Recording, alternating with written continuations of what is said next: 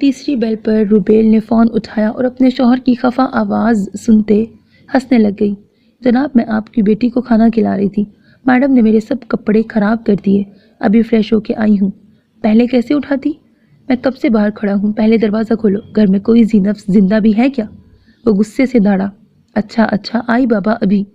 Rubel phone چھوڑ کر باہر کو بھاگی اور پھولے ہوئے سانس سے دروازہ کھولا۔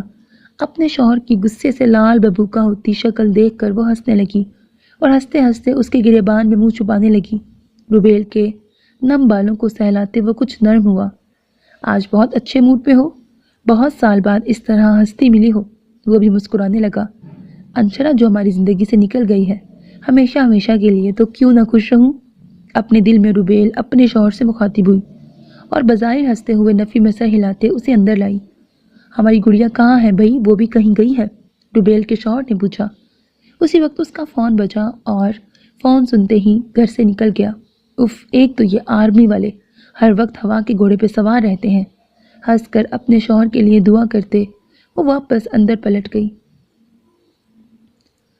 رومیو، بھابھی کا فون آیا تھا، تم جانتے ہو وہ سب کیا کرنے جا رہے ہیں؟ عبداللہ نے دکھ سے کہا۔ میری روشنی سے بات ہو چکی ہے، وہ جانتی ہے اسے کیا کرنا ہے۔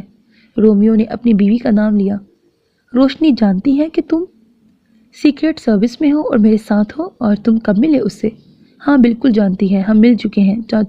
چاچو یقین کریں، بیوی کی مرضی کے خلاف آدمی تھوک بھی نہیں سکتا۔ گھٹیا آدمی سب تیری بیوی کو ورگلا رہے ہیں، اور تو یہاں مٹی میں کیا دبا رہا ہے؟ دانت کچکچاتے عبداللہ نے کہا۔ میں کچھ نہیں دبا رہا، چلیں یہاں سے، کوئی آ رہا ہے، رومیو نے اٹھتے کہا اور جنگل کے قدرے ایک جھاڑیوں والے کونے میں چھپ گیا۔ پیروں کی آواز قریب آ رہی تھی، کوئی بے دردی سے سوکھے پتے کچلتے نزدیک سے نزدیک تر آ رہا تھا۔ ساتھ ہی رومیو کو ریوالور کی لگام کسنے کی آواز آئی۔ رومیو نے عبداللہ کی طرف دیکھا جس کی رنگت اڑ چکی تھی۔ رومیو مسکرا دیا اور درخت کی طرف اسے اشارہ کیا۔ پاگل ہو تم، خود بھی مرو گے، مجھے بھی مرواؤ گے۔ اوہو، نہیں مرتے ہم چاچو، آپ اوپر چلے جائیں مگر بنا آواز کے، اشاروں سے سمجھاتے رومیو نے کہا۔ رومیو تم؟ عبداللہ کی بات منہ میں تھی جب رومیو نے اس کے کانوں میں کچھ لگا دیا۔ ابھی وہ کچھ سمجھ پاتا تبھی سامنے جس جگہ مٹی میں رومیو کچھ دبا رہا تھا وہاں وہ آدمی کھڑا ہو گیا جو رومیو کی تلاش میں وہاں آیا تھا، اور جیسے ہی اس نے پیر اٹھایا چھوٹا سا دھماکہ ہوا اور دشمن کی ٹانگ کے چھچڑے بن کے اڑ گئے۔ وہ زوردار چیخوں سے چلاتا وہیں گر گیا۔ رومیو نے آفیسر عبداللہ کو آگے بڑھ کر اسے اپنی گرفت میں لینے کا ارادہ دیکھتے روکا۔ وہ حیرانگی سے دیکھنے لگا۔ رومیو، یہ اگر ہمت دکھائے تو ایک ٹانگ سے بھی بھاگ سکتا ہے، یہ اسے پکڑنے کا اچھا موقع ہے، ابھی تماشا دیکھیں، رومیو نے آنکھ سے اشارہ کرتے کہا۔ سامنے پڑے دشمن ملک نے اپنی پاکٹ سے فون نکالا اور کسی کو فون کرنے لگا۔ وہ کسی اور ہی زبان میں بات کر رہا تھا۔ وہ کچھ اور چیختے کہہ رہا تھا۔ رومیو، کیا فائدہ، ہمیں تو سمجھ ہی نہیں آنی، یہ تو اپنی زبان بول رہا ہے۔ کہتے ہوئے عبداللہ سر نے رومیو کی طرف دیکھا جو وہیں درخت کے نیچے بیٹھا پیٹ کی ٹینکی خالی کرنے میں مصروف تھا۔ کہاں سے یہ ہم نے اسپیشل پیس اٹھایا تھا؟ دانت پیستے عبداللہ نے اسے وہیں چھوڑا اور سامنے روسی آدمی کو اپنی ملٹری کے قبضے میں لیا۔ کون ہے تمہارا باس اور تم بچوں کا کیا کرتے ہو؟ آفیسر عبداللہ نے برف جیسا پانی روسی آدمی پہ پھینکتے پوچھا۔ میں مر تو سکتا ہوں مگر اپنی زبان کبھی نہیں کھولوں گا۔ روسی آدمی کو اردو بولتے دیکھ عبداللہ نے جبڑے بھینچ لیے اور کرارا جھانپڑ اسے رسید کیا۔ بولو تم لوگ کیا کرتے ہو ہماری بچوں کا؟ ہمارے بچوں کا بزنس، وہ ہنستے ہوئے بولا۔ کیسا بزنس؟ عبداللہ نے ضبط سے پوچھا۔ کم آن، تم بچے نہیں ہو، تم نے چائلڈ ابیوز سائٹس دیکھی ہوں گی، اور ان سب کے لیے پاکستان اس لیے کیونکہ تم لوگوں کے بچے دیکھنے میں بہت معصوم اور پیارے لگتے ہیں۔ چٹاک چٹاک، رومیو نے یکدم روسی کے منہ پر تابڑ توڑ تھپڑ لگائے۔ اس کے منہ پر تھوکتے وہ بے لگام ہو کے اسے مارنے لگا۔ رومیو، اسے مت مارو، اس کا باس کون ہے یہ صرف وہی بتا سکتا ہے۔ تم جتنا چاہے مار لو، میں کبھی نہیں بتانے لگا۔ روسی نے اپنے ہونٹ سے خون صاف کرتے حتمی لہجے میں کہا۔ جبھی رومیو نے اپنے بھاری بوٹ اس کے مین پوائنٹ پہ مارا اور روسی بلبلا اٹھا۔ اس کے پیٹ پہ بوٹ رکھے رومیو نے اپنی پاکٹ سے ریکارڈر نکالا اور سنانے لگا۔ یہ وہی کال تھی جو کچھ دیر پہلے اس روسی نے اپنے باس کو کی تھی۔ روسی کے چہرے کی رنگت بدلنے لگی۔ پکڑ اپنا فون، بلا اپنے باس کو، تو نے اس کے لیے بہت پیارے پیارے بچے ایکسپورٹ کیے ہیں، لیکن اس کے لیے اسے یہاں آنا ہوگا۔ رومیو نے فون روسی کے سینے پہ پھینکا۔ جہاں روسی آدمی بری طرح پھنس چکا تھا وہیں عبداللہ حیران تھا کہ رومیو کو روسی لینگویج آتی ہے۔ روشنی کو سوتے کوئی لطیف سا لمس اپنی پیشانی پہ محسوس ہوا۔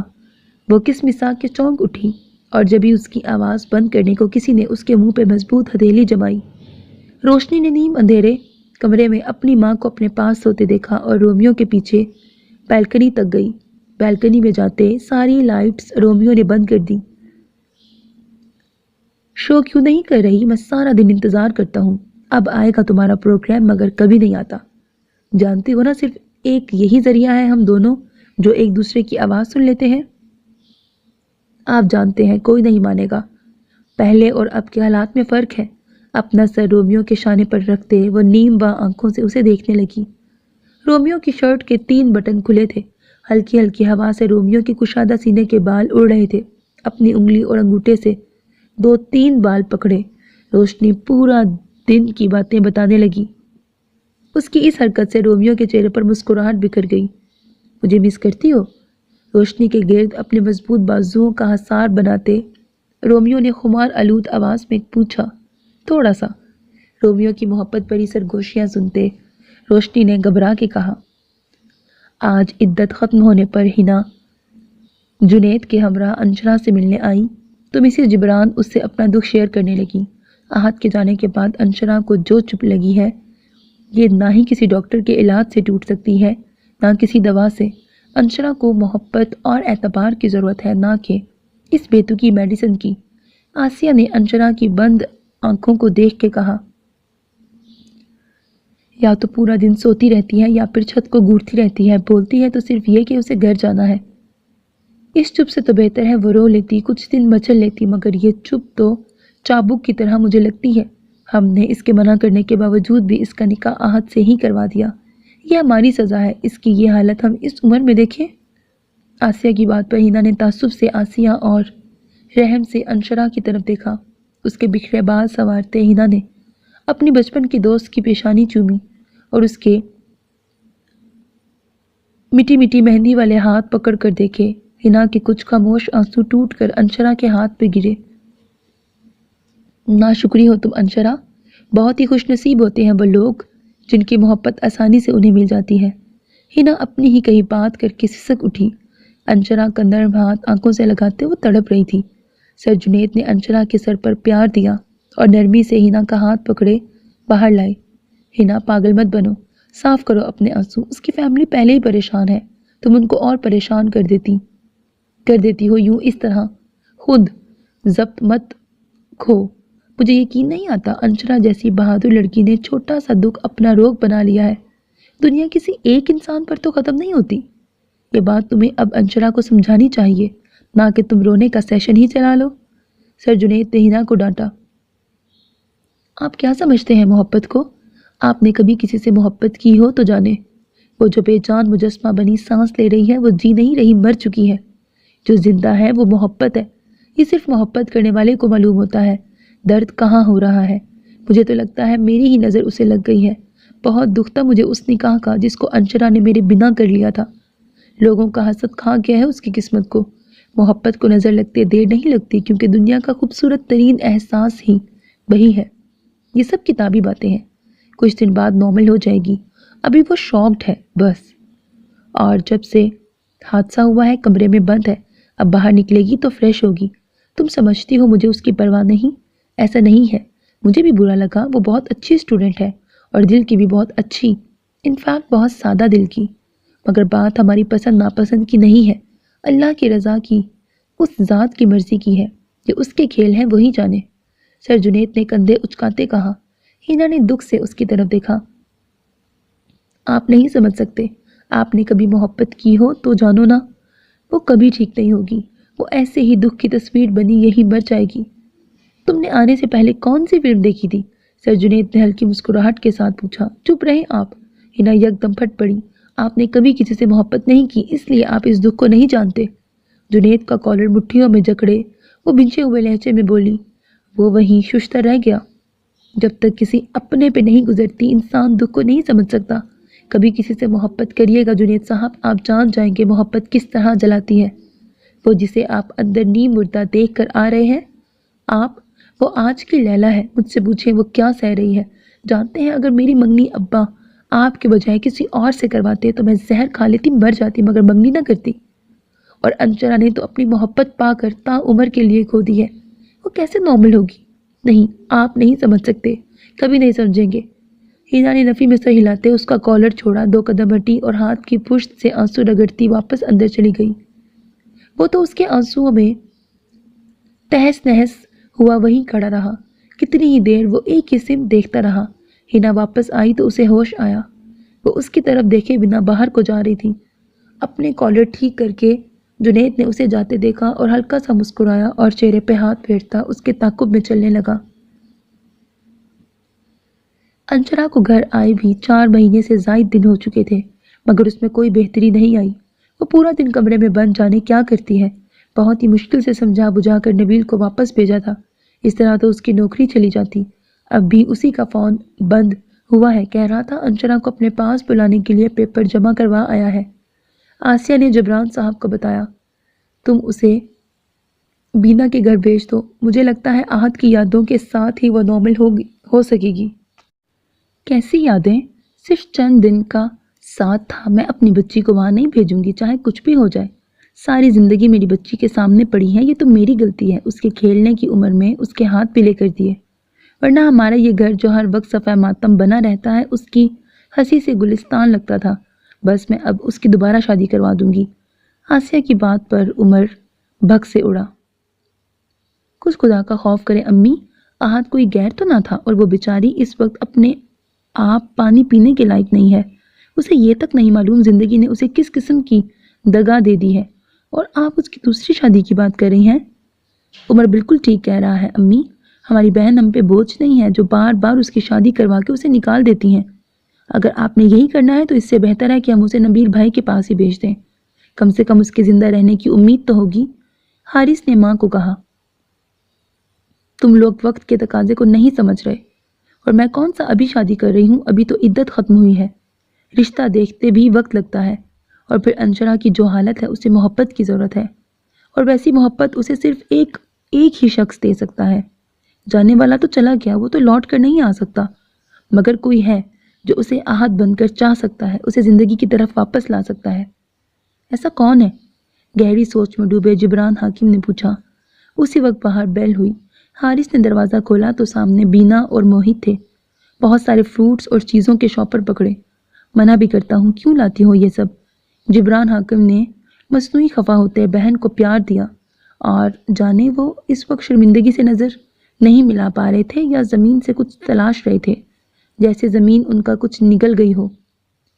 یہ میں آپ کے لیے نہیں اپنی بیٹی کے لیے لاتی ہوں۔ بیٹو موہت، میں انشرا سے مل آؤں؟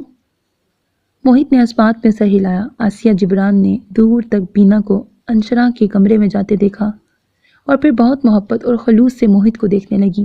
کیا دیکھ رہی ہیں ممانی؟ موہت نے مسکرا کر پوچھا تو آسیہ نے اس کا چہرہ اپنے ہاتھوں میں بھر لیا۔ بالکل آہد ہو تم، کبھی کبھی دل کرتا ہے تمہیں آہد کہہ کے بلاؤں۔ وہی نین نقش، وہی کھڑی مغرور ناک، وہی سب کچھ، ویسے ہی شگرفی ہونٹ۔ آسیہ نے آنسو پیتے اس کی کشادہ پیشانی چومی۔ بس تمہاری آنکھوں کا رنگ ہی آہد سے جدا ہے، یہ ہمیں دھوکہ کھانے نہیں دیتا۔ آپ کو پتہ ہے ممانی، مما مجھے ابھی بھی اکثر آہد کہہ دیتی ہیں، پھر یکدم چپ ہو جاتی ہیں۔ اگر آپ سب کی خوشی آہد بھائی ہی ہیں تو میں اپنا نام آہد سکندر رکھ لیتا ہوں۔ اور رہی آنکھوں کی بات تو جانتی ہیں نا، کاسمیٹک سرجری سے یہ بھی بدل جاتی ہیں۔ موہت نے آسیہ کے آنسو صاف کرتے بات کو مذاق کا رنگ دیا، مگر جبران حاکم چونک اٹھے اور موہت کو بے تکان تکنے لگے۔ موہت نے ان کی نظر خود پہ مرکوز دیکھی تو مسکرایا۔ کیا بات ہے ماموں، آپ بھی اب اسی طرح مجھے دیکھیں گے؟ نہیں، وہ بس ویسے ہی۔ وہ گڑبڑائے اور بات بدلنے کو آسیہ کی طرف متوجہ ہوئے۔ عالیہ آ گئی ہے آفس سے تو اسے بولیں چائے بنائے۔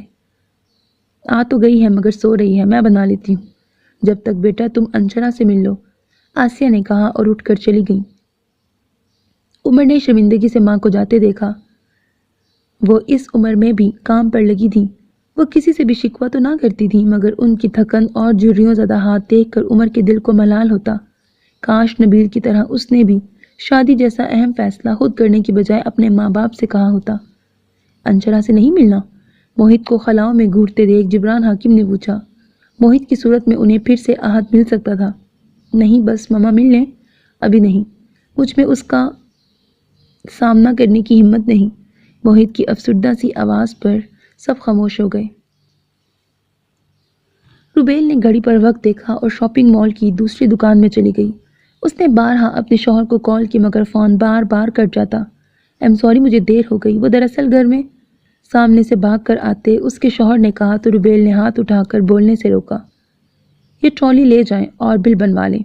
روبیل کا سنجیدہ لہجہ دیکھتے اس کا شوہر خاموشی سے چلا گیا۔ سامان گاڑی میں رکھواتے اس کے شوہر نے اپنی بیٹی کو پکڑ کر چوما اور سیٹ بیلٹ باندھتے اور روبیل کی طرف دیکھا۔ I'm sorry Ruby, it's okay, کون سا پہلی بار ہوا ہے، کہہ دیں کہ انشرا کے پاس تھا، اسے ضرورت ہے میری۔ روبیل، اس کے شوہر نے تحیر سے اس کی طرف دیکھا۔ تم جانتی ہو ہماری بیٹی بڑی ہو رہی ہے، وہ باتیں نوٹ کرتی ہے، ان کو دہراتی ہے۔ تم ہر وقت انشرا کا نام مت لیا کرو۔ تمہارے ساتھ گزرے ماہوں سال میں تم نے مجھ سے زیادہ انشرا کا نام لیا ہے، حالانکہ جب وہ بہت چھوٹی تھی اسے تو معلوم بھی نہیں ہوگا۔ دنیا میں کوئی روبیل اس سے شدید حسد اور نفرت کی حد پار کر چکی ہے۔ کان پک چکے ہیں میرے، کبھی انشرا کے علاوہ بھی بات کر لیا کرو۔ لا تعداد بار کہا ہے وہ نکل چکی ہے ہماری زندگی سے، اس کا مجھ پہ وہ حق نہیں جو تم رکھتی ہو۔ تم میری بیٹی کی ماں ہو، تمہاری جگہ کوئی کیسے لے سکتا ہے جب تک تم خود یہ جگہ خالی نہ کرو؟ مگر جو مقام انشرا کا میرے دل میں ہے اس تک کوئی عورت نہیں پہنچ سکتی کجا کہ وہ میرے قدموں میں عمر گزار دے۔ وہ میری کچی عمر کی پکی محبت ہے جس سے تعلق نہ رکھتے ہوئے بھی میری ڈور اس سے بن چکی ہے۔ میں اور اس سچ کو تم نہیں جھٹلا سکتی۔ اگر تم چیزوں کو ان کے مقام سے ہٹانے کی کوشش کرو گی تو سب سے زیادہ زخم تمہارے ہاتھ میں ہی آئیں گے اور سب سے زیادہ خسارے میں بھی تم رہو گی۔ بہتر ہے جو چیز جیسی ہے اسے ویسے ہی رہنے دو، چیزوں کو مت بدلو۔ مرد صرف اسی عورت کے ساتھ تا عمر رہتا ہے جس کا لہجہ دھیما ہو، اس میں حیا باقی ہو، کیونکہ وہ اس عورت میں اپنی بیٹی کی جوانی تلاش کرتا ہے۔ اور جب مرد کو لگے عورت ناقص عقل ہے اور اپنی حیا کھو چکی ہے تو وہ محبت کی بھی پرواہ نہیں کرتا۔ سنجیدگی سے کہتے روبیل کے شوہر نے گاڑی گھر کے سامنے ایک جھٹکے سے روکی اور سامان اندر شفٹ کروانے لگا۔ رومیو جنگل میں پہاڑی علاقے کی طرف بہتے جھرنے میں پیر ڈالے لیٹا تھا، اپنی چوڑی چھاتی پر ہرنی کا بچہ بٹھائے اسے پیار کر رہا تھا۔ عبداللہ نے دور سے اسے دیکھا اور منہ پھلائے سیخ پلٹائی۔ ویسے رومیو یہ زیادتی ہے، کل بھی کھانا میں نے بنایا تھا اور آج بھی تم نے مجھے کہا ہے، عبداللہ دانت کچکچا کے بولا۔ اس کی بات پر رومیو بڑی دلکشی سے مسکرایا اور دھوپ میں چندیا کر اسے دیکھا۔ ٹھنڈی دھوپ بھی اس کی آنکھوں میں چبھ رہی تھی، وہ دھوپ سے الرجک تھا۔ وہ کیا ہے نا، میرے ہاتھ میں ذائقہ بہت ہے، پھر آپ کھانا کھاتے یا نہ کھاتے مگر دشمن خوشبو سونگھتے یہاں آ جاتے اور ہمیں بھون کے کھاتے۔ مگر آپ کو 7 توپوں کی سلامی ہے چاچو، اتنا بد ذائقہ کھانا بناتے ہیں کہ اس کی خوشبو سونگھ کر جنگل کے جراثیم بھی مر جاتے ہیں، دشمن نے کیا آنا۔ عبداللہ نے دانت پیسے۔ تم کیا ڈال لیتے اس گوشت میں؟ جو بھی جانور ملتا ہے اسے آگ پہ بھون کر کھانا پڑتا ہے۔ نمک مرچ مسالہ نہ تو ہمارے پاس ہے نہ ہی وہ سب کھانے آئے ہیں ہم۔ یہ گوشت بھی صرف پیٹ بھرنے کو ہے۔ پیٹ بھرنا تو وہ ہے جو آپ کا دیا کھانا کھا کر میں کرتا ہوں، مگر کھانا بنانے والے انسان کے ہاتھ اور اخلاق کا بھی کوئی ذائقہ ہوتا ہے۔ ضروری نہیں نمک اور ہلدی ہی کھانا شاندار بنائے۔ رومیو نے برجستہ کہا۔ اچھا جی، پھر تو آپ نہ ہی بنائیں کھانا۔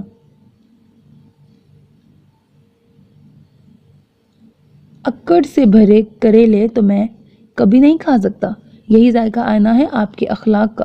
کم آن چاچو، ڈونٹ بی جیلس، میں ذرا فریش ہو لوں، آپ کھانا لگائیں۔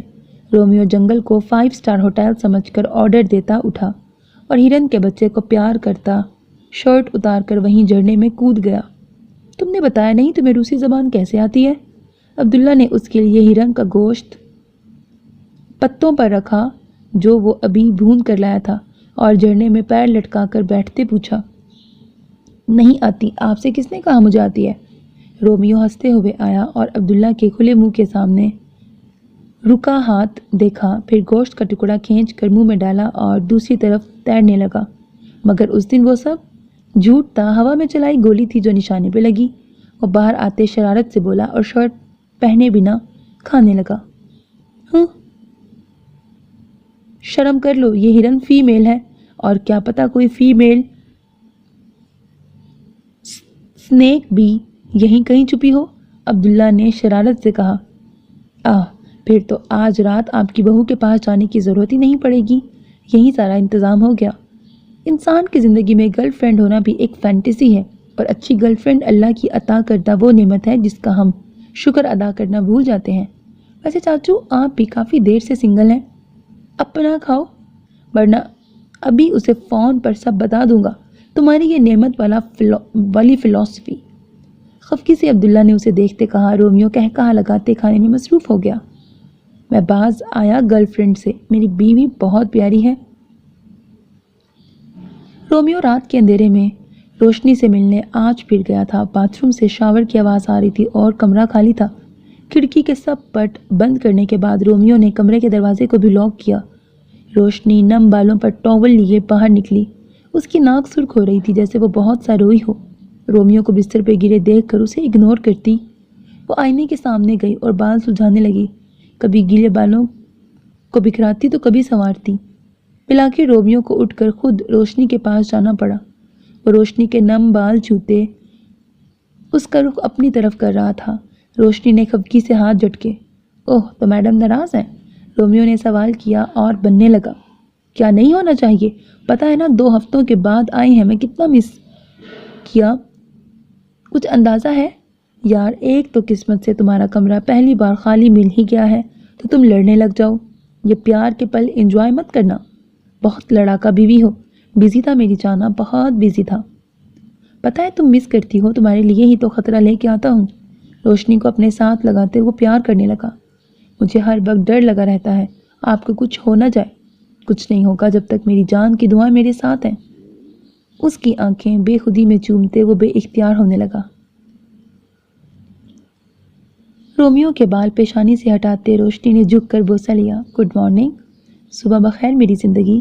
صبح صبح روشنی کی گود میں اپنا سر رکھے وہ اس کا پیارا چہرہ دیکھ کر فریش ہونے لگا جو اسی کی دی محبت سے چمک رہا تھا۔ رومیو کے اس کی طرف دیکھنے پر وہ شرما گئی اور نظر رومیو کے ہاتھوں کی طرف کر لی۔ ساری رات نہیں سوئی نہ تو؟ یکدم رومیو نے اس کی سرخ خمار آلود آنکھیں دیکھتے پوچھا۔ سو تو جاتی مگر آپ کو دیکھنے سے فرصت ہی نہ ملی۔ جس طرح رومیو کے بال سنوارتے وہ محبت سے بولی، وہ اسی طرح محبت سے اسے دیکھنے لگا۔ موبائل کی وائبریشن پر دونوں کا تسلسل ٹوٹا۔ موبائل پر میسج اور وقت دیکھتے وہ فوراً اٹھا۔ شٹ یار، مجھے ابھی جانا ہوگا۔ وہ ہڑبڑی میں اٹھ کر اپنی شرٹ پہنے کھڑکی کی طرف گیا۔ پھر کب آئیں گے؟ کھڑکی کے قریب جاتے روشنی نے پوچھا۔ اپنا خیال رکھنا میری جان، اور پریشان مت ہونا، جلدی آؤں گا۔ اس قدر ایمرجنسی میں بھی روشنی کو بہت نرمی سے پیار کرتے اور گلے لگائے وہ مل رہا تھا۔ آپ بھی اپنا خیال رکھیں، صرف میرے لیے۔ رومیو کا ہاتھ پکڑے وہ بے چینی سے بولی۔ تمہارے لیے ہمیشہ، کہتے ہوئے رومیو نے زبردستی ہاتھ اس کی گرفت سے نکالا اور نیچے کود گیا۔ موہت کے سر سے گرتی پانی کی بوندیں دیکھ کر بینا نے اندازہ لگایا وہ عجلت میں تیار ہوا ہے، مگر پھر بھی وہ آج اس سے ہر حال میں بات کرنا چاہتی تھی۔ وہ کب تک اس گھر میں پورا دن تنہے تنہا رہے گی اور بلائی بلائی گھومتی رہے؟ موہت، ناشتہ تو کر لو، بینا بہانے سے بولی۔ جانتی تھی وہ جلدی میں ہے، ابھی مرنے کا بھی وقت نہیں۔ اٹس این ایمرجنسی، بولتے ہی وہ تیزی سے باہر نکل گیا۔ بینا نے مایوسی سے خالی گھر کو دیکھا اور ناشتہ کیے بنا اپنے کمرے میں واپس چلی گئی۔ دل ہر چیز سے اچاٹ ہونے لگا تھا۔ انشرا نہیں اٹھی؟ آسیہ نے عالیہ سے پوچھا۔ صبح کی 4 بار دیکھ چکی ہوں، وہ سو رہی ہے، سونے دیں، آرام کرنے دیں، آرام اس کے لیے اچھا ہے، عالیہ نے ٹالتے کہا، ورنہ صبح صبح بلا وجہ عمر انشرا کے نخرے اٹھانے لگ جاتا اور عالیہ کو ناشتہ بنانے کا حکم دے دیتا۔ اگر سونے سے اس کی طبیعت ٹھیک ہونی ہوتی تو اب تک ہو چکی ہوتی۔ اسے نیند کی نہیں، ہم سب کی ضرورت ہے۔ عالیہ کو جتاتے عمر کھڑا ہوا اور انشرا کے کمرے کی طرف چلا گیا۔ ہلکا سا دروازہ کھٹکھٹانے کے بعد عمر نے دروازہ دھکیلا، دروازہ کھلتا چلا گیا، مگر سامنے کا منظر دیکھ کر اس کا دل دھک سے رہ گیا۔ انشرا بچے کیا ہوا ہے؟ کھانسی کا دورہ پڑتے دیکھ عمر پریشان سا ہو گیا اور انشرا کی طرف گیا۔ انشرا کے منہ سے ابکائی آ رہی تھی۔ وہ ہاتھ اٹھا کر اسے اپنی طرف آنے سے روک کر دوسرا ہاتھ منہ پہ رکھے واش روم کی طرف بھاگی۔ واش روم سنک پر جھک گئی۔ بہت زیادہ ابکائی کرتے وہ بے حال ہو رہی تھی۔ عمر اس کے شانے دبا کر اسے کمرے تک لایا۔ آسیہ عالیہ کو آواز دیتے اسے سنبھال رہا تھا۔ عمر کی آواز پر سب لوگ اکٹھے ہو گئے۔ عالیہ پانی لاؤ۔ عمر کے کہنے پر وہ پانی لائی۔ انشرا کا چہرہ تھپتھپا کر اسے اٹھاتے عمر نے پانی منہ کو لگایا۔ اس کی طبیعت سنبھلتے دیکھ عمر نے پوچھا، گڑیا تم ٹھیک ہو؟ یہ سب کیسے ہوا تھا؟ مجھے گھر جانا ہے، اکھڑے سانس کے ساتھ کہتے انشرا نے سر واپس تکیے پہ گرا لیا۔ کھانسی ابھی تک ہو رہی تھی۔ آسیہ نے جلدی سے انشرا کی کمر سہلائی۔ کیا ہوتا جا رہا ہے میری بچی کو عمر؟ وہ رو دینے کو تھی۔ تم سے پوچھا تھا نا میں نے، انشرا اٹھی یا نہیں؟ عالیہ کی بازو دبوچ کر عمر نے سخت لہجے میں پوچھا۔ وہ عمر میں آئی تھی تو یہ سو رہی تھی، ہو سکتا ہے ابھی اٹھی ہو اور کھانسنے لگ گئی ہو، جبھی اس کی طبیعت بگڑ گئی ہے۔ عالیہ نے ہونٹ تھوک سے تر کرتے گھبرا کر جھوٹ بول دیا، ورنہ کیونکہ آج سے پہلے اس نے عمر کو اتنے غصے میں نہیں دیکھا تھا۔ سو رہی تھی؟ کہاں؟ آدھی بستر سے لٹک کر حالت دیکھی ہے تم نے میری بہن کی؟ مجھے نہیں ضرورت تمہاری نوکری کی، مجھے میری بہن کی ضرورت ہے۔ گھر رہو اور اس کا خیال رکھو۔ اس گھر کے فرد ہونے کے باعث تمہارا فرض ہے سب کا خیال رکھنا، نہ کہ وہ نوکری تم پہ فرض ہے۔ عمر میں گھر نہیں بیٹھ سکتی، وہ دبا دبا چلائی۔ اس سے پہلے عمر کچھ کہتا، آسیہ کی گود سے سر اٹھاتے انشرا کارپیٹ کی طرف جھکی اور وامٹ کرنے لگی۔ وامٹ کرتے وہ بے ہوش ہو گئی۔ انشرا کی حالت دیکھتے سب کے ہاتھ پیر پھولنے لگے۔ میں ڈاکٹر کو فون کرتا ہوں، عمر نے کہتے ڈاکٹر زیدی کا نمبر ملایا۔ نہیں عمر، مجھے لگتا ہے اسے ہمیں ہاسپٹل ہی لے کے جانا ہوگا۔ آسیہ کے کہنے پر عمر نے گاڑی نکالی اور انشرا کے بے سدھ بے ہوش وجود کو اٹھایا۔ سارا دن گھر میں بور ہوتی ہوں بھابھی، وہ بلا وجہ اوپر نیچے کے چکر لگاتی، کہیں کوئی کام ڈھونڈتی رہتی ہوں مگر کوئی کام ملتا ہی نہیں، مگر اوپر نیچے کے بے جا چکروں سے گھٹنوں میں درد رہنے لگا ہے۔ آہت کی مما نے آسیہ کو بتایا، اسی لیے میں ڈاکٹر نورین کے پاس آئی تھی، مگر عمر کو باہر ٹہلتے دیکھا تو معلوم چلا انشرا کی پھر سے طبیعت بگڑ گئی ہے۔ میں بہت پریشانی میں اندر آئی، مگر سچ بھابھی اندر داخل ہوتے جو خبر ملی، میرے تو پیر ہی زمین پہ نہیں ٹہر رہے۔ بھابھی مجھے ایسا لگ رہا ہے میرا آہت مجھے واپس مل گیا۔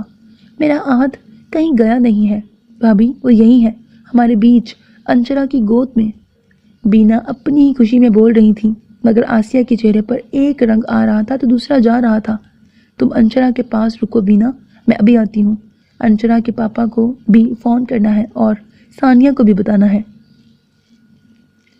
آسیہ کا نرم سا لہجہ تھا، اس لیے بینا جوش سے بولی، آپ آرام سے سب کو خوشخبری دیں، میں اپنی جان کے پاس ہی ہوں۔ وہ سوئی ہوئی انشرا کے الجھے بکھرے بال چہرے سے ہٹاتی محبت سے بولی۔ آسیہ خاموشی سے باہر نکل گئی۔ آہت کی مما نے انشرا کا معصوم چہرہ دیکھا، آنکھوں کے گرد گہرے ہلکے تھے، چہرے پر زردی کھنڈی تھی تو ہونٹ پر سفید خشکی کی تہ جمی تھی۔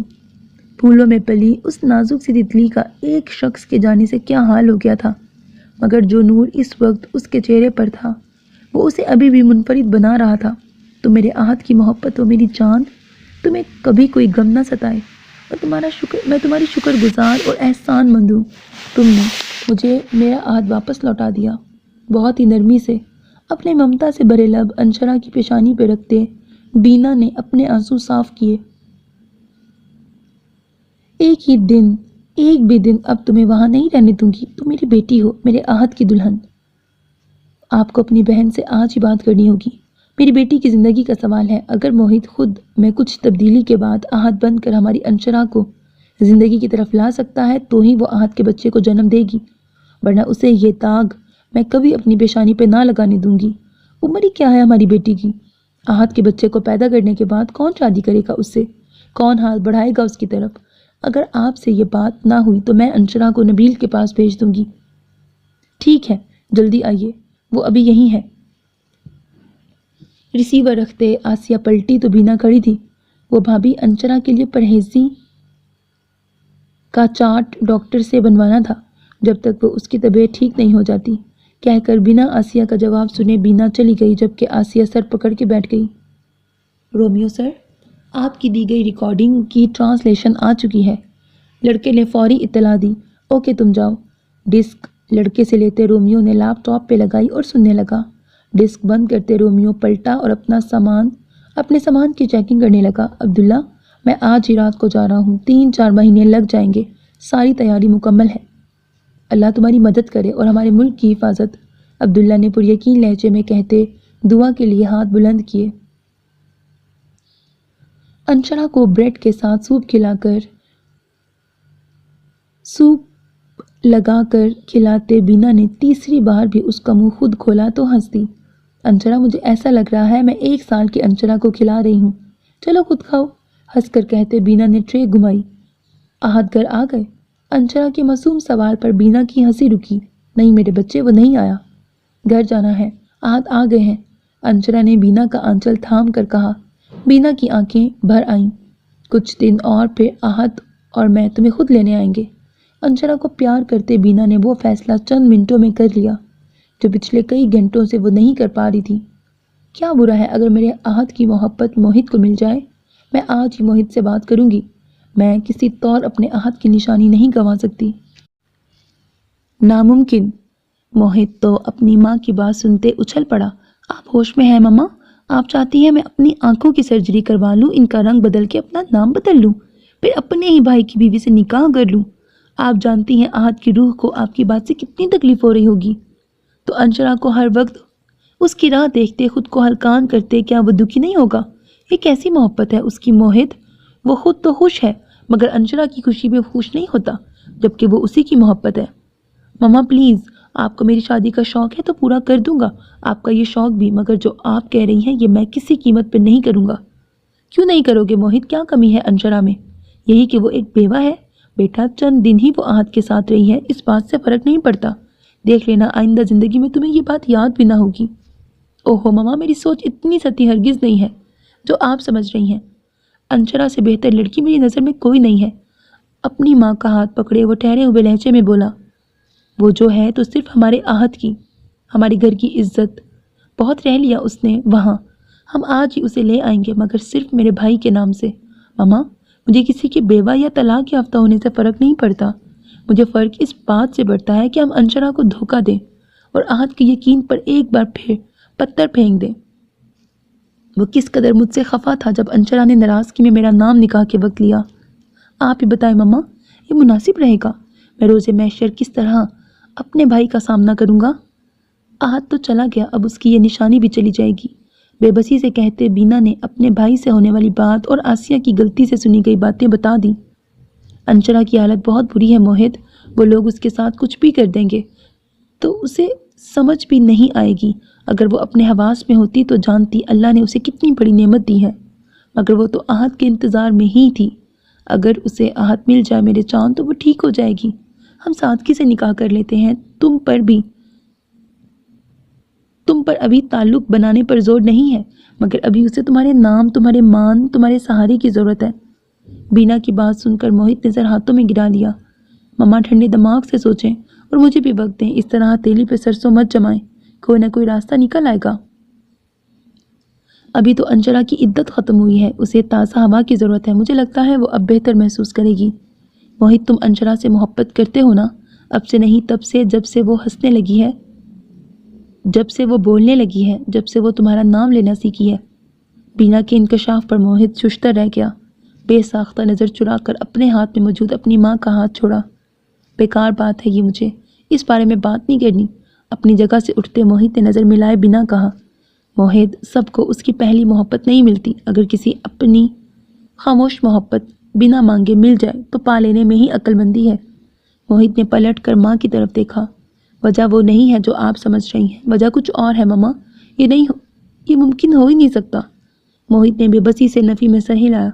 مجھے معلوم تھا میرا جگری یار، میرا بھائی، میری جان کا ٹکڑا، وہ بھی انشرا سے محبت کرتا ہے اور میری محبت اس سے کئی گنا زیادہ ہے، اور یہ وہ محبت تھی جو خود وہ بھی نہیں جانتا تھا۔ ہر چیز خریدتے وقت پہلے انشرا کے لیے لینا، اٹھتے اسے گڈ مارننگ کا میسج کرنا، سونے سے پہلے اس سے مل کر آنا۔ اگر بہت دیر ہو جائے تو اسے فون کر کے اٹھا کر بات کرنا،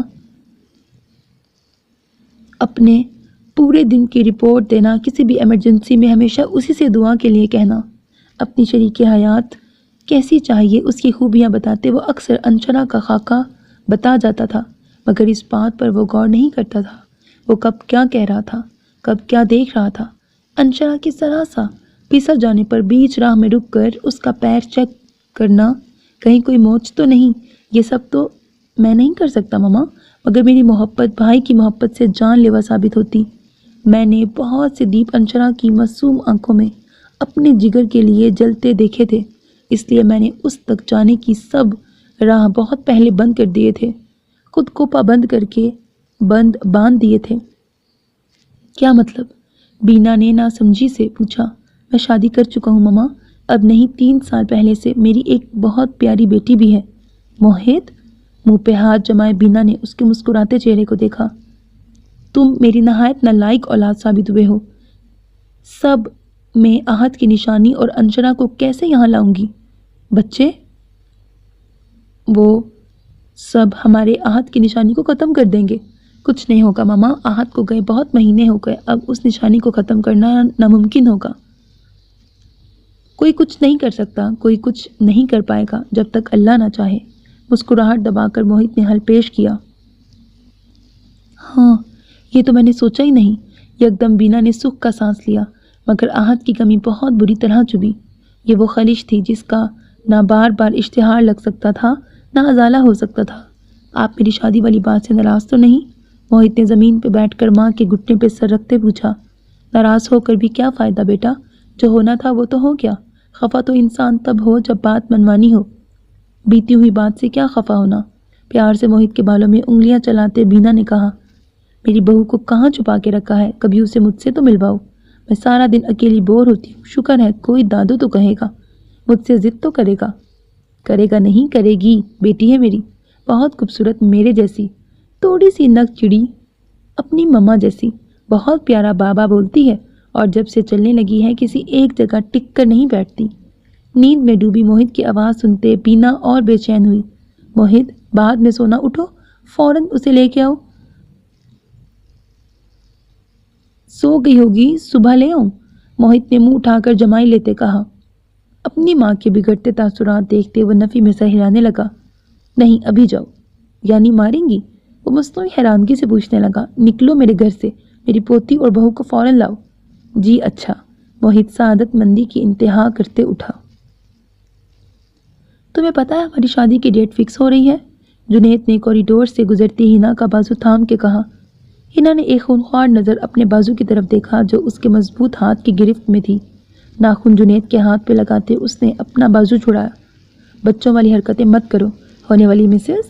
ایک جھٹکے سے اس کا بازو چھوڑتے وہ سنجیدگی سے بولا، بڑی آئی مجھے محبت کا چیپٹر پڑھانے والی، 1 مہینے سے تمہیں منا رہا ہوں، تم ہو کے مانتی نہیں۔ کوئی اس طرح ناراض ہوتا ہے کیا؟ جانتی ہو تمہاری اس ناراضگی نے کیا تباہی مچائی ہے؟ مجھ جیسے اچھے بھلے سٹون مین کے دل کی دنیا تہز نہز کر دی ہے۔ خاموشی سے شاپنگ مکمل کرو اب۔ تم مجھے منہ پھلا کے گھومتی نظر مت آؤ، پہلے ہی خوبصورت نہیں ہو، اب تو ویسے ہی زہر لگتی ہو۔ ڈانٹ کے درمیان اظہار محبت کرتے وہ خفگی سے چلا گیا۔ ہنا اس کا منہ دیکھتی رہ گئی، پھر یکدم ہنستی۔ پاگل ہیں یہ بھی، میرے جیسے کوئی ایسے بھی آئی لو یو بولتا ہے؟ جنید کی پشت کو دیکھتے وہ سوچنے لگی۔ موہت، کہاں لے جا رہے ہو اس وقت؟ کچھ بولو گے بھی؟ کس بات کی جلدی ہے؟ اور تم اپنے گھر کیوں نہیں ہو؟ خاموشی سے نہیں چل سکتی؟ موہت نے آنکھیں نکال کے کہا۔ میں اس وقت سلیپنگ سوٹ میں ہوں، روبیل نے دانت کچکچا کے کہا، مگر وہ اپنی بیٹی کو شانے سے لگائے روبیل کو کھینچ رہا تھا۔ مجھ پہ اعتبار نہیں کیا؟ چلو تو صحیح۔ اوہو پیارے پیا، تم پر تو سب سے زیادہ اعتبار ہے، مگر چینج تو کرنے دو، ایسے ہی جا رہے ہیں ہم، رہنے تو گھر جا کے سونا ہی ہے۔ موہت نے ہاتھ جھلاتے کہا۔ کون سے گھر؟ کس کے گھر؟ ہم کہاں جا رہے ہیں؟ ارے چلو تو صحیح بیبی، آج تمہاری ساری شکایتیں ختم ہو جائیں گی، وہاں پہنچو گی تو خوشی سے ناچو گی۔ اپنی بیٹی کو بیک سیٹ پہ لٹانے کے بعد موہت نے روبیل کے منہ پہ ہاتھ جماتے گاڑی میں ڈالا، جو پھر کچھ بولنے کو منہ کھول رہی تھی۔ انسان ہوں میں، انفیکٹ تمہاری بیوی، میجر موہت سکندر، تم ظالموں کی طرح کھینچ رہے ہو، دیکھو ساری کلائی سرخ کر دی۔ ڈرائیو کرتے موہت کے سامنے روبیل نے کلائی کی۔ اس کی کلائی کو دیکھے بنا چوم کر چھوڑتے موہت کو شرارت سوجی۔ تمہیں جس سے سب سے زیادہ محبت ہے اسی سے ملوانے لے جا رہا ہوں۔ یعنی تم سے؟ روبیل نے ناسمجھی سے کہا۔ نہیں، مجھ سے زیادہ تمہیں انشرا سے محبت ہے، اسی سے ملنے جا رہے ہیں ہم۔ موہت کیا بول رہے ہو؟ میں اس لڑکی کو دیکھنا بھی نہیں چاہتی۔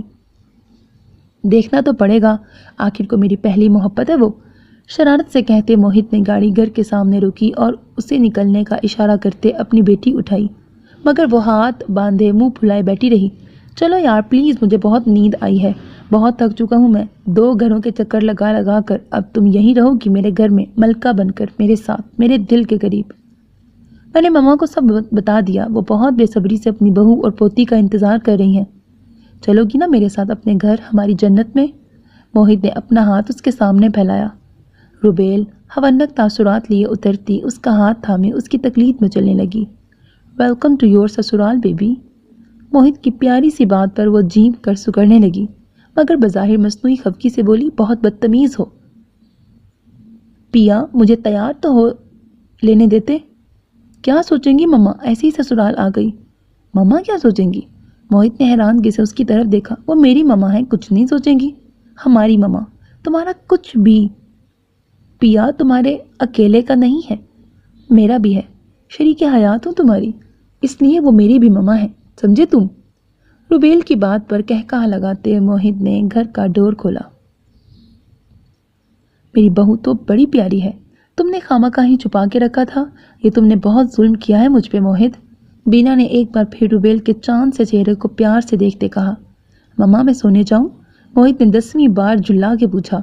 ہاں تم جاؤ، ہم دونوں بہت ساری باتیں کریں گے، پھر میری پوتی بھی تو ہے موہت، تم صبح جا کے میری بیٹی کو بھی لے آنا، دیکھنا کیسی رونق ہوتی ہے ہمارے گھر میں۔ بینا کی بات پر روبیل حیران ہوئی۔ آپ کی بیٹی مطلب موہت کی بہن؟ مجھے تو پتہ ہی نہیں تھا موہت کی کوئی بہن بھی ہے۔ روبیل نے غصہ دباتے نرمی سے کہا۔ در حقیقت اسے موہت کی غلط بیانی پر غصہ تھا، جس نے کہا تھا اس کے صرف 2 بھائی تھے، جن میں سے ایک روبیل کے نکاح سے پہلے شہید ہو چکا تھا تو دوسرا احد۔ ارے نہیں بیٹا، وہ موہت کی بہن نہیں، بھابھی ہے، میرے احد کی دلہن، میرے بھائی کی اکلوتی بیٹی انشرا۔ تم ملو گی تو بہت پسند کرو گی اسے، بہت معصوم، بہت پیاری ہے۔ بینا اپنی ہی دھن میں بولتی جا رہی تھی اور تصور میں انشرا کا مرجھایا چہرہ تھا، مگر روبیل اس کے چہرے پر پھیلتی ناگواری موہت نے بغور دیکھی۔ آپی، یہ کیسے ممکن ہے کہ احد کو گئے 5 مہینے ہو گئے اور انشرا نے خوشخبری اب دی؟ پتہ نہیں، پہلے چیک اپ نہیں کروایا، عالیہ نے سر جھٹک کے کہا۔ مگر آپی وہ تو جیسی تھی ویسی ہی ہے، نہ تو ان کے وزن میں کوئی کمی یا زیادتی ہوئی ہے، نہ صحت میں، اور جب سے احد گیا ہے وہ بار بار بیمار ہوتی رہی ہیں۔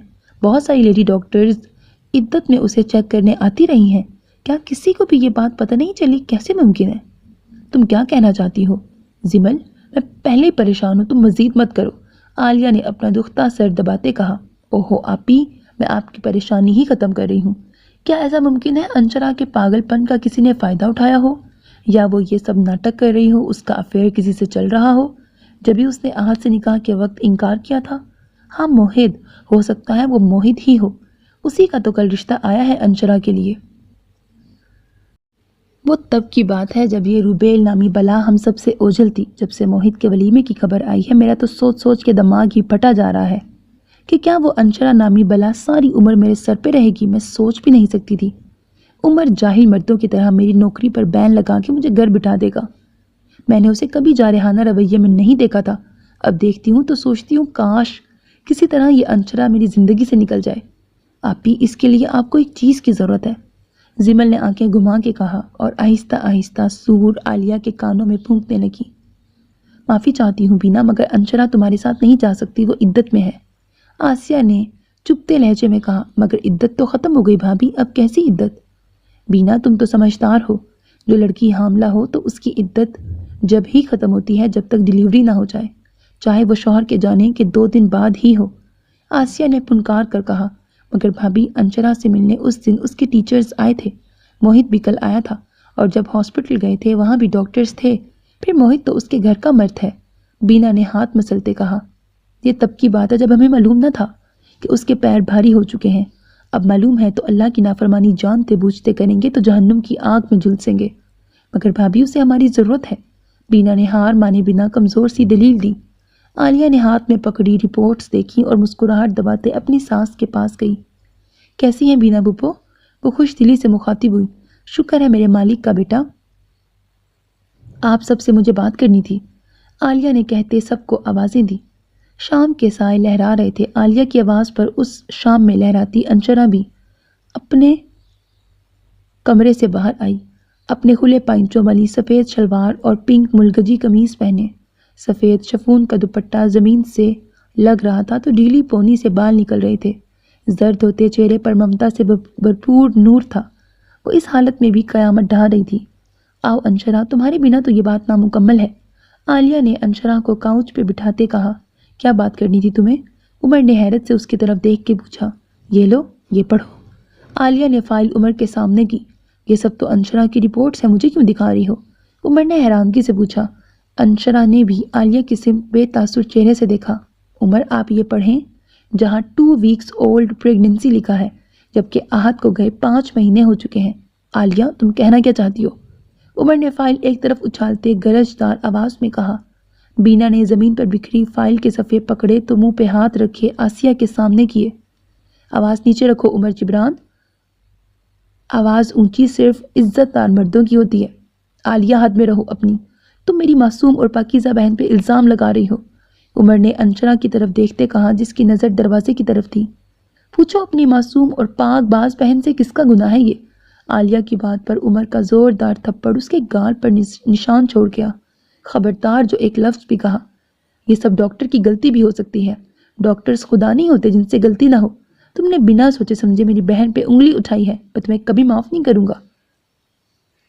عالیہ بیٹی، عمر ٹھیک کہہ رہا ہے، یہ سب ڈاکٹرز کی غلطی بھی ہو سکتی ہے۔ تم ہم سے تو بات کرتی، انشرا تو کہیں جاتی بھی نہیں، نہ ہی کوئی یہاں آتا ہے۔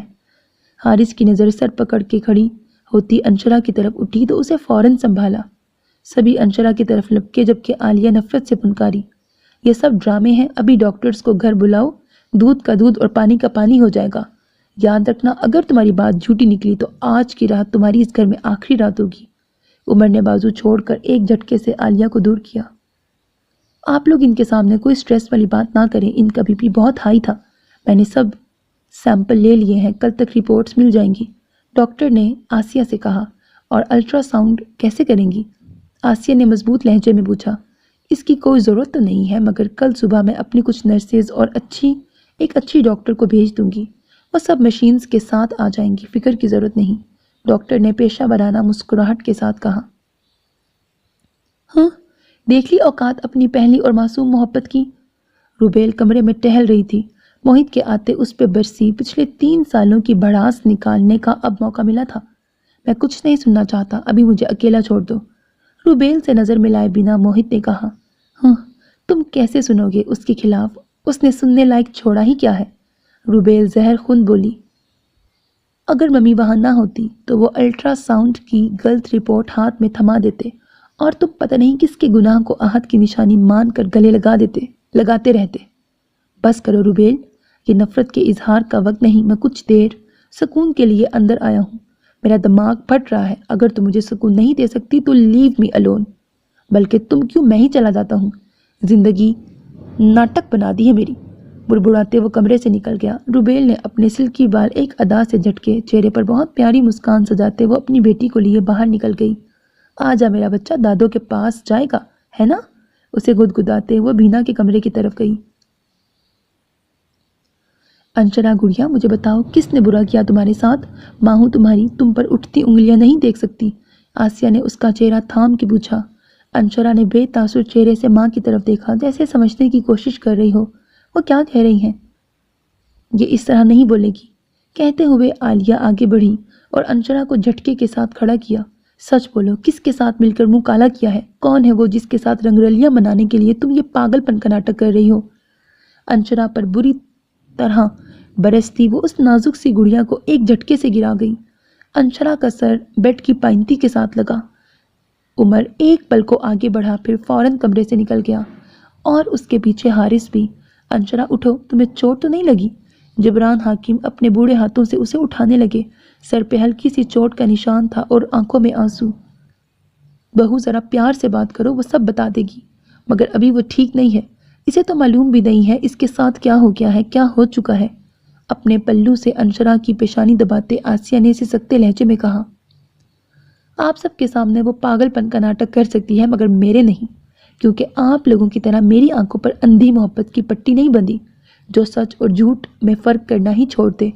عالیہ اسے کھینچتے زبردستی باہر لے گئی اور لیونگ روم کے بیچ گرا دیا۔ عالیہ اس کی حالت کی تو پرواہ کر لو، چھوڑو میری بچی کو، میں ماں ہوں اس کا اچھا برا سب جانتی ہوں۔ آسیہ نے بت بنی زمین پہ گری انشرا کو ساتھ لگاتے کہا، عمر یہاں آؤ، آج یا تو اس گھر میں رہوں گی یا تمہاری یہ پاک باز بہن۔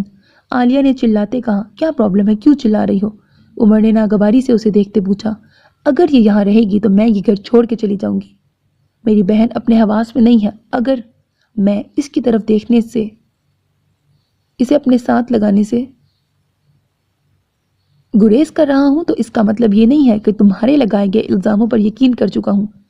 شرمندہ ہوں میں اس سے، نظر ملانے کے لائق نہیں رہا، میں اس کی حفاظت نہیں کر سکا۔ عمر کی بات پر آسیہ اور جبران حاکم کی سوئی ہوئی امید پھر سے جاگ گئی۔ عمر، ہم آج ہی اس سب کو ختم کروا دیتے ہیں، دیکھو میری بچی کتنی تکلیف میں ہے، آج کیوں، ابھی کیوں نہیں؟ تب سے چپ حارث نے سرخ چہرہ لیے کہا، ہاں چلو ابھی چلتے ہیں۔ آسیہ نے انشرا کی بازو پکڑ کے اٹھانا چاہا تو انشرا نے ہاتھ جھٹک دیا۔ آسیہ کے ساتھ سب بھی چونک اٹھے۔ میں پاگل نہیں ہوں، نہ ہی میرے حواس گم ہیں، مجھے کہیں نہیں جانا، خبردار جو کسی نے میرے بچے کی طرف سخت نظر بھی ڈالی۔ انگلی اٹھاتے دانتوں پر دانت جمائے وہ سخت لہجے میں بولی۔ انشرا کی بات پر سبھی ساکت رہ گئے، سب کے چہرے کے رنگ فک ہو گئے، جبکہ عالیہ کے چہرے پر مسکراہٹ دوڑ گئی۔ ویل ڈن، دیکھ لیا سب نے پیاری معصوم انشرا کا ناٹک، میری بات پر تو یقین نہیں تھا، اب سب کو یقین آ گیا ہوگا، پاگل انشرا نہیں ہم سب ہیں، اور یہ میڈم پچھلے 5 مہینوں سے ہمیں پاگل بنا رہی ہیں۔ انشرا تم نے ہمیں دھوکہ دیا؟ آسیہ نے صدمے سے پوچھا۔ ہاں دیا ہے دھوکہ، اگر آپ سب کو لگتا ہے میں نے دھوکہ دیا ہے تو دیا ہے، میری زندگی پر میرا کوئی حق نہیں کیا؟ میرا جو دل آئے گا میں کروں گی، خبردار جو کوئی بری نظر میرے بچے کی طرف آئی تو تم ایک ناجائز بچے کے لیے بوڑھے ماں باپ اور جوان بھائیوں کے سامنے اپنے حق کے لیے لڑ رہی ہو؟ آسیہ نے حیرت سے پوچھا۔ میرا بچہ ناجائز نہیں ہے، نکاح کیا ہے میں نے اس کے باپ سے، یہ میری محبت ہے۔ بلاؤ اس کے باپ کو اور بولو اسے تمہیں ابھی لے جائے، ورنہ میں بھول جاؤں گا کہ تم میری اکلوتی بہن ہو، وہی بہن جسے میں نے ہمیشہ اپنی بیٹی سمجھا۔ عمر نے سخت لہجے میں کہا۔ انشرا اٹھی اور خاموشی سے اپنے کمرے میں چلی گئی۔ ہاں دیکھ لی پاک بازی، اتنا ہی شوق تھا تو ہم سے کہا ہوتا، ہم عزت سے رخصت کر دیتے۔ عالیہ نے پھر سے بولنا شروع کیا، مگر اسے چھوڑ کر سب جبران حاکم کی طرف لپکے جو سر ہاتھوں میں گرائے روتے ہی جا رہے تھے۔ آپ کا ملایا ہوا نمبر اس وقت بند ہے، آپ سے درخواست ہے تھوڑی دیر بعد کوشش کریں۔ انشرا نے پھر سے یہی سنا تو خفگی سے فون کو دیکھتے رکھا اور بستر پہ لیٹ گئی، اپنے پیٹ پر نرمی سے ہاتھ پھیرتے۔ اس کے چہرے پر بھی بہت دھیمی اور پیاری سی مسکان تھی۔ جب تک آپ کے مما بابا ہیں تب تک آپ کو کچھ نہیں ہوگا، عہد لیتے وہ مضبوط لہجے میں بولی، آنے والی کڑی دھوپ سے انجان۔ بلائے نہیں تم نے اپنے نام نہاد شوہر کو؟ آج 3 دن ہو گئے، کل نبیل اور ثانیہ آ رہے ہیں، ان کے آنے سے پہلے چلی جانا میں نہیں چاہتی۔ تم اپنے اس بھائی کے سامنے جاؤ جس نے باپ سے زیادہ تمہیں محبت دی، اپنی شفقت کی چھاؤں میں پالا، اور آخر میں تم اس کی عزت کو داغدار کر دیا۔ تم اس سے نظر ملانے کے لائق نہیں رہی ہو، نظر چرانے سے بہتر ہے چلی جاؤ۔ آسیہ نے سخت لہجے میں کہا۔ ابھی اس کا فون بند ہے، جس دن آن ہوگا وہ ضرور آئے گا۔ نہیں آئے گا، جو لوگ محبتوں کے اظہار بند کمروں اور رات کے اندھیروں میں کرتے ہیں وہ لوگ پلٹ کر عزت دینے نہیں آتے۔ میں نے کوئی گناہ نہیں کیا، نکاح کیا ہے ان سے، وہ نکاح جس کا کوئی ثبوت اور گواہ نہیں ہے۔ آسیہ نے بھنچے ہوئے لہجے میں کہا۔ اوہو سر مت کھائے میرا پلیز، ابھی میرے پاس کسی سوال کا جواب نہیں، آپ جا سکتی ہیں۔ انشرا ہٹ ڈرمی سے بولی۔ بہت اچھے، یعنی تم نبیل سے نظر ملا کے بات کر سکتی ہو؟ بہت ہمت چاہیے ہوتی ہے گناہ کرنے کے بعد سکون سے سو جانے کے لیے، اور جس میں یہ ہمت آ جائے اسے دنیا کی کوئی بری نہیں لگتی۔ شرم اس کے لیے مر جاتی ہے اور حیا سے اس کا تعلق ٹوٹ جاتا ہے۔ آسیہ کی بات سر سے گزار کر انشرا نے دروازہ بند کیا اور ایک بار پھر نمبر ڈائل کیا جو مسلسل بند جا رہا تھا۔ اگر تم سچ نہیں بتاؤ گی تو تم اس گھر میں نہیں رہ سکتی، میں مان لوں گا میری ایک ہی بیٹی ہے، دوسری کا جنازہ پڑھے بنا میں عزت کے نام پر صبر کر لوں گا۔ نبیل کی سرخ انگارہ آنکھیں دیکھتے انشرا سر جھکا گئی۔ آپ مجھے اس گھر سے نکال دیں۔ انشرا نے فیصلہ سنایا، سر جھکا تھا اور آواز بند ہو رہی تھی۔ یعنی تم سچ نہیں بتاؤ گی؟ نبیل نے حیرانگی سے اپنی بہن کو دیکھتے پوچھا۔ ابھی نہیں، جب تک وہ خود نہیں آ جاتے۔ میں ان کی جان کی قسم کھائی ہے، اور وہ قسم میرے لیے سب سے بڑھ کر ہے۔ مجھے وقت دے دیں، اگر وقت نہیں دے سکتے تو اپنی زندگی اپنے گھر سے نکال دیں، میں کہیں اور چلی جاؤں گی، کبھی نہیں آؤں گی۔ نرم سے بھرائے لہجے میں کہتے انشرا نے نبیل کی طرف دیکھا، جو پچھلے 4 گھنٹوں سے اس کے ساتھ سر کھپا رہا تھا۔ بہت بہتر۔ نبیل نے اسبات میں سر ہلایا۔ اپنا سامان پیک کر لو، آج سے تمہارا کوئی باپ نہیں، کوئی بھائی نہیں، کوئی ماں نہیں، کوئی رشتہ نہیں، تم جا سکتی ہو۔ کھڑکی کی طرف رخ کیے نبیل نے سخت لہجے میں کہا، چلی جاؤ، اس سے پہلے کہ کسی جاہل مرد کی طرح میرا تم پہ ہاتھ اٹھ جائے۔ انشرا نے ایک نظر اپنے ماں جائی کی طرف دیکھا، جو اس کی طرف پشت کیے ہاتھ باندھے کھڑا تھا۔ امید تھی کہ اس کے آنے پر سب ٹھیک ہو جائے، مگر وہ تو سب سے زیادہ سخت گیر ثابت ہوا تھا۔ ایک پرشکوہ نظر ثانیہ کے حیران چہرے پہ ڈالتے وہ ان کے کمرے سے نکل گئی، اپنا سب سامان پیک کیا اور سوٹ کیس گھسیٹتی نبیل کے کمرے میں گئی۔ اس نے پری کو ہاتھ لگانا چاہا جب نبیل نے پلٹے بنا کہا، میری بیٹی کو ہاتھ لگا کر اسے اپنے جیسا مت کرنا، چلی جاؤ۔ اپنے ہاتھ روکتے ثانیہ کی طرف گئی، جو اسے اندیکھا کرتی کمرے سے نکل گئی۔ میں جا رہی ہوں بھائی، مگر اب آپ اپنی بات پر قائم رہیے گا۔ آپ کی صرف ایک ہی بیٹی ہے، دوسری کی قبر بھی آپ کو بھول چکی ہے۔ گھر سے نکلتے انشرا نے ایک نظر گھر کی بلند عمارت کی طرف دیکھا۔ نبیل نے اس کے دیکھنے پر کھڑکی بند کر دی۔ وہ آنسو پیتی گھر کی حدود سے نکل گئی۔ So very Aziz listeners, this was the end of this episode. Hope that you like it. The next one will be the last one. امید ہے آپ کو پسند آئے گا۔ اپنا بہت خیال رکھیے گا نیک تمناؤں کے ساتھ۔ اللہ حافظ. And don't forget to subscribe to my channel, because that's how you can encourage me. And that's the only kind of support and encouragement which I want from all of you. Allah Hafiz.